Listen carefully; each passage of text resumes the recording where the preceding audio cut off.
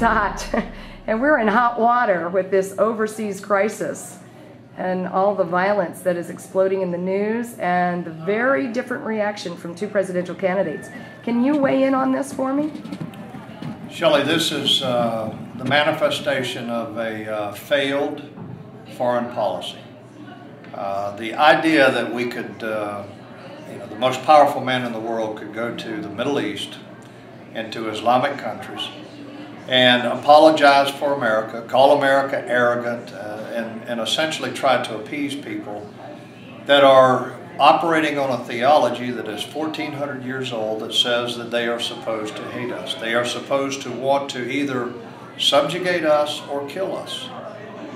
And now what you're seeing is you're seeing exactly what many of us predicted, which is ultimately these people that we were so quick to go and apologize to try to appease, that we were quick to give money to and support to, including U.S. military support. We said it will come to the point where they will turn on us. Now their true colors have come out. They've turned on us. We are seeing what they really are, not what they say they are, but we're seeing what they really are. And this is a failure of our current U.S. policy towards North Africa and the Middle East. And has our current administration been sufficiently warned about this? Well, first of all, the answer is yes. Secondly, there were lots of people that tried to give a more in-depth warning of who these people are, what they believe, what motivates them, and the administration didn't want to hear that.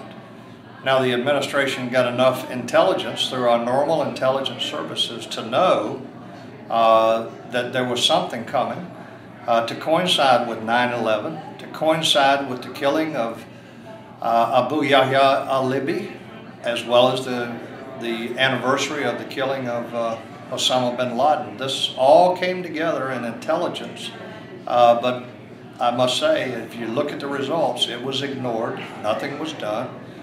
How could you possibly put an ambassador and a diplomatic team into a place like Libya without a robust marine security force? I mean, a place that is, not only has it just come through a civil war, but it's still in chaos. There's factional fighting there. They're killing each other. They're doing the same thing in Egypt, for that matter. But we put an ambassador in there and we don't give him a strong protection. That should have been probably a company of Marines in there to ensure, just as we did in Beirut, for example, back in the 80s, yeah, to ensure that he had adequate security, that he could protect his embassy and protect himself. It almost looks like a setup. Well, first of all, the attack on the ambassador in Libya was clearly a military-style operation. Mm-hmm. That was not a spontaneous demonstration that got out of hand. That was very calculated. It was well planned. They accomplished what they set out to accomplish, but there was nothing spontaneous about that. They had been planning that for that particular day to coincide with 9/11, and they executed it very well. Well, General Boykin, I don't think the Arab Spring was spontaneous either, and I think people were sufficiently warned here in Washington about 2 years before that came forward, and it was ignored. What was the reason for that? Are we just being infiltrated in these security intel departments? Well, first of all, the Arab Spring was in fact not spontaneous. The Arab Spring was a result of the Muslim Brotherhood calling for jihad against America and the West. On two separate occasions, both the head of the Muslim Brotherhood, Mohammed Badi, as well as the spiritual leader of the Muslim Brotherhood, called for uprisings against America, jihad against the West, jihad against America, holy war. And then things began to unravel in Tunisia, followed by Egypt and then Libya, and of course there were uprisings in other places like the Gulf region. So it was not spontaneous. Now, why didn't we do anything about it? Well, we did. We sent military force to help oust Muammar Gaddafi. We used our diplomatic influence and our money to try and oust Hosni Mubarak. And so we have done something about it. The point is that we have facilitated and supported a takeover by the Muslim Brotherhood in these countries. And now the media can no longer deny that. Now even the media has recognized and acknowledged that the very people in Egypt who said we won't run for president are now the dominant power. They hold the presidency, but now they've changed the narrative. Now the Muslim Brotherhood is, well, they're not bad guys. So every time the situation changes and it looks bad for the administration, we just change the dialogue. Now the Muslim Brotherhood, they can be our friends. And by the way, we just gave them over $1 billion. And we've got the head of the Muslim Brotherhood, Mohammed Morsi, who is coming here for a state visit. No doubt he will get more money from the United States at the same time that they are assaulting our embassy and intimidating our diplomats. And it's incredible. We are facilitating this kind of thing with a very bad foreign policy. Now, are we connected with the Arab League? Are our boots on the ground over there connected? I had heard rumors that that was a possibility, but never heard any more in the news about it. Well, I don't know what's there. And, you know, a lot of times you have, when you say boots on the ground, do we have U.S. military there? No, I do not think so. Do we have some government employees, some CIA people under some covert action program? I don't know. I don't know enough about what's going on with regards to that. I thought it was very interesting that President Obama went to the United Nations instead of to Congress. I think he Congress out for about 9 days to declare this war on Omar Gaddafi. And I know in the United Nations there's a document that the OIC had a lot to do with. It's probably about the only document on the face of the earth that would make it valid to attack an Islamic figurehead. Can you talk about that? Well, you know, first of all, that stuff is only valid when you abide by it. That's the first thing you need to understand. Listen, this situation in Libya, I want you to think about this. Europeans have been downsizing their military for 4 decades. They're a socialist continent. They spend their money on their social programs, which, by the way, is now collapsing. Now, when things erupted in Libya and the oil that goes to Europe was threatened, see, only 5% of that oil goes to America out of Libya. The rest of it goes primarily to Europe.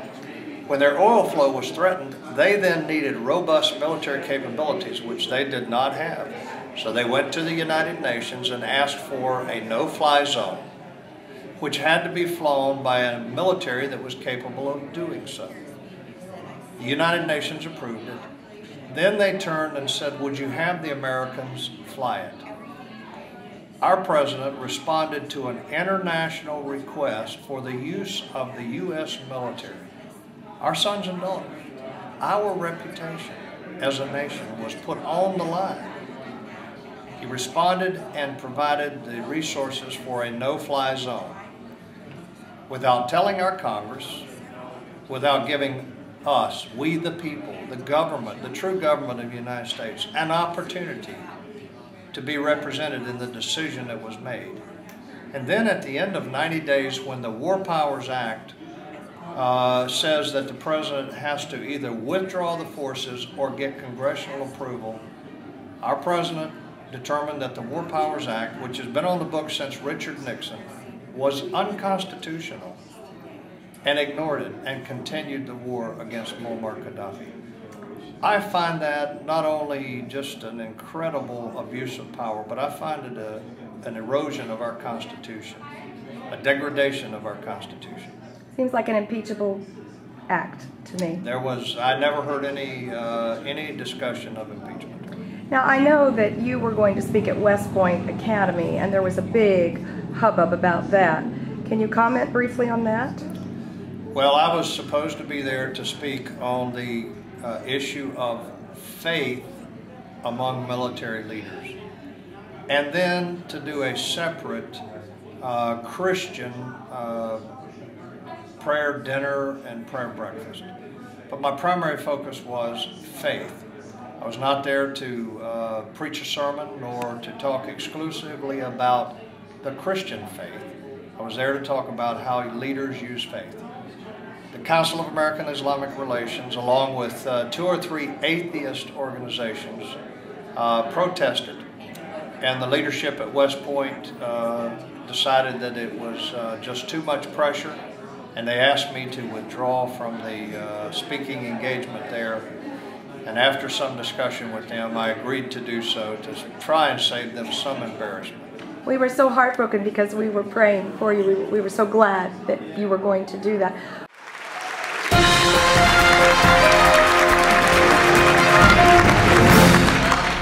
General, I'm sorry, that didn't leave you anything else to say. And they are destroying the concept of a sovereign God incrementally so that we ultimately become dependent upon government. And Christianity is the most powerful force in America. It goes back to the founding of this nation, Judeo-Christian principles, and they have to take God out of our society in order to insert government.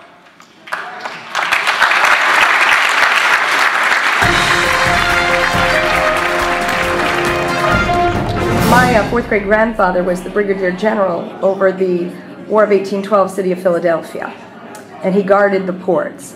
And I think those are very vulnerable spots, as was 9/11. Where do you think Americans are most vulnerable now as we look to what has happened with the Arab Spring? We see the pattern of indigenous infiltration here in our intel departments and other areas of the United States government. Where do you think Americans should be looking to concern for our most vulnerable areas?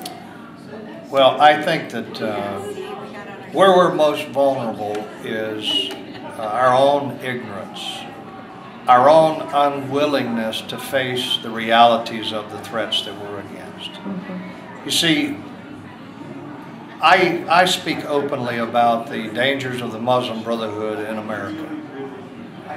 I don't criticize Muslims. That's not my issue.